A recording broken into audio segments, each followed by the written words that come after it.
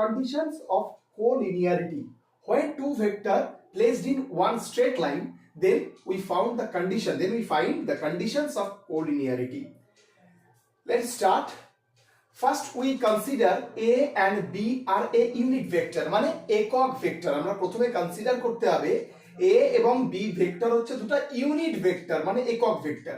তো একক ভেক্টর তাহলে সেই রেসপেক্টে আমরা কি লিখতে পারি? একক ভেক্টর সমান সমান আমরা লিখতে পারি তোমার কত বলতে পারি তোমার হচ্ছে a ক্যাপ সমান সমান কত বলতে পারি a ভেক্টর বাই কত বলতে পারি মডিউলাস a ভেক্টর। ঠিক একই রকম ভাবে b এর ক্ষেত্রে কি লিখতে পারি b cap b vector by কত বলতে পারি মডিউলাস b ভেক্টর।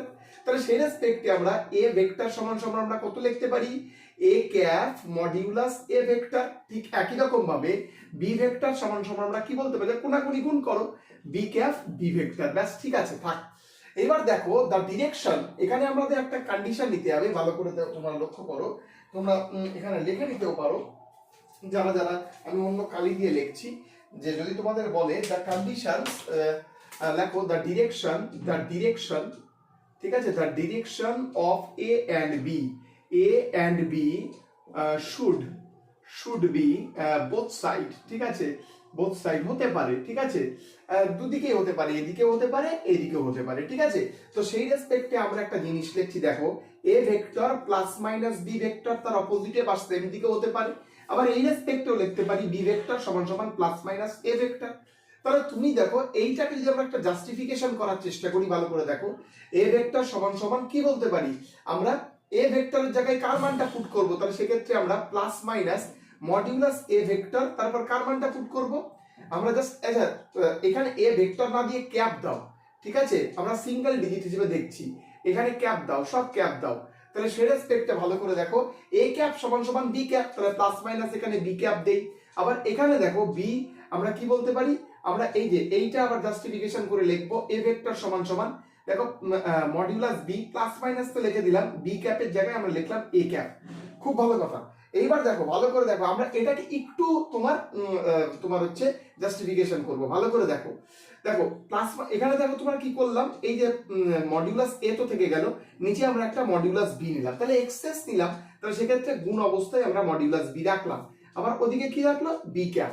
ঠিক একই রকম ভাবে বি ভেক্টর রাখলাম, আমরা উপরে মডিউলাস বি, নিচে লিখলাম মডিউলাস এ, তাহলে গুণ করে আমরা মডিউলাস এ রাখলাম, এ ক্যাপ থাকলো। তাহলে ভালো করে দেখো যে এই যে তোমরা যে জিনিসটা নিলে এই জিনিসটার আমরা নাম দিলাম হচ্ছে ল্যামডা 1, ঠিক আছে। তারপরে কি থাকলো B vector modulus B cap, আবার একই রকম ভাবে বি ভেক্টর থাকলো, এটাকে আমরা বলতে কি বলো থেকে lambda 2 A modulus A cap. তাহলে ভালো করে বোঝো এই বি ভেক্টর আর বি ক্যাপ আর হচ্ছে বি ভেক্টর মডিউলাসের গুণফল কত বলো দেখি এটা। তাহলে আমরা কি লিখতে পারি A vector lambda 1 B vector.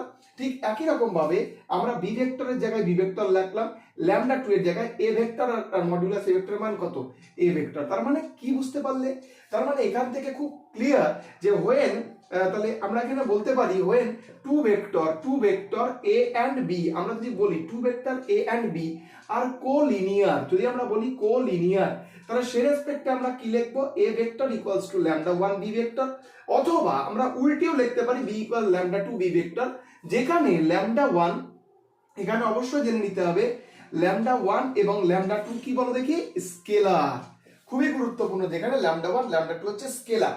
তো ধরো তোমাকে বললো, তোমাকে এমন একটা রাশি দিল, ধরো এ ভেক্টর, একটা এক্সাম্পল, ঠিক আছে, একটা এ ভেক্টর দিল 3 ভেক্টর প্লাস ল্যামডা, ধরো 3i vector plus 4j vector, আর তোমাকে দিল হচ্ছে ক্যাপ দিয়ে দাও, আর বি ভেক্টর তোমাকে দিয়ে দিল হচ্ছে ধরো 2 তোমার i vector plus lambda j vector. বলছে ইফ, ভালো করে বোঝো, if A and B are collinear, যদি বলে তাদের collinear, then find the value of x, lambda। তোমাকে বললো তাহলে তুমি ল্যামডার ভ্যালুটা বার করো।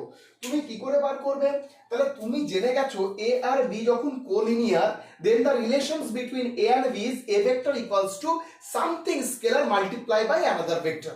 তাহলে সেই রেসপেক্টে আমরা ধরলাম যে a vector equals to lambda, এখানে যেহেতু ল্যামডা আছে আমরা এখানে ল্যামডা না দিয়ে এখানে মিউ দিয়ে দিই, তাহলে দেখবে আমাদের বুঝতে সুবিধা হবে। তাহলে lambda B vector according to the definitions of collinearity, তাহলে সেই রেসপেক্টে এটার মান কত হয় 3i প্লাস 4j, বাস ল্যামডার জায়গায় ল্যামডা মানটা ফুট করে দিলাম। বি এর মান কত হয় 2i প্লাস মিউ জে, ঠিক আছে, মিউ জে, ব্যাস থাক। এবার দেখো এইটার সঙ্গে আই এর সঙ্গে আই ইকুয়াল হয়, তার মানে এখান থেকে আমরা প্রথম এই দুটোর সাথে পাচ্ছি 3 ইকুয়ালস টু 2 ল্যামডা।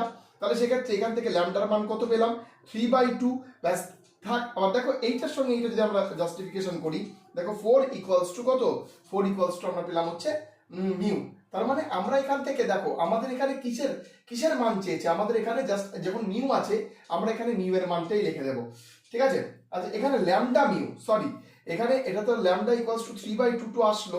এখানে দেখো গুণ করলে এটার সঙ্গে এটা গুণ করলে তো 2 ল্যামডা ছিল, তাহলে 2 ল্যামডা বসিয়েছি, তাহলে এটার সঙ্গে এটা গুণ করলে কি হবে ল্যামডা মিউ ইকুয়ালস টু কত 4। আচ্ছা তার মানে মিউ এর মানটা বার করতে হবে, তার মানে 4/ল্যামডা। আচ্ছা 4/ল্যামডা মানে এই ল্যামডার মান অলরেডি আমরা কত বার করে রেখেছি, তাহলে আমরা এখান থেকে বলতে পারি 3/2, অর্থাৎ 4 ইকুয়ালস টু 2/3, অর্থাৎ মিউ ইকুয়ালস টু আমরা কত বলতে পারি 8/3। ব্যাস এইখান থেকে কিন্তু এই জিনিসটা ভালো করে ইম্পর্টেন্ট। কি করে আমরা মিউ এর মান বার করলাম, বলছে find the value of mu. তাহলে এই রেসপেক্টে যখনই তোমাকে কোনো এক্সাম্পল দেবে, যে নিয়ে কোনো এক্সাম্পল তোমাকে দেবে, তখন যেন এই কন্ডিশনটা যদি তোমার না মাথায় থাকে তুমি কিন্তু বার করতে পারবে না। ফলে ভালো করে দেখলে কিভাবে কন্ডিশনস অফ কোলিনিয়ারিটির সূত্রটা ভালো করে কাজে লাগিয়ে আমরা এই সমস্ত, এটা কিন্তু এসএসসি, তারপর বিভিন্ন পরীক্ষার জন্য, তারপর নিট, তোমার হচ্ছে জয়েন্ট এন্ট্রান্স পরীক্ষার জন্য কিন্তু খুবই ইম্পর্টেন্ট। এই ধরনের প্রশ্ন কিন্তু বারবার আসতে দেখা গেছে, এবং আমাদের এইচএস ক্যান্ডিডেটদের জন্য কিন্তু এটা খুব খুব গুরুত্বপূর্ণ একটা অঙ্ক বা কন্ডিশনস। আমি তোমাদের বোঝালাম, আশা করি তোমরা বুঝতে পেরেছো।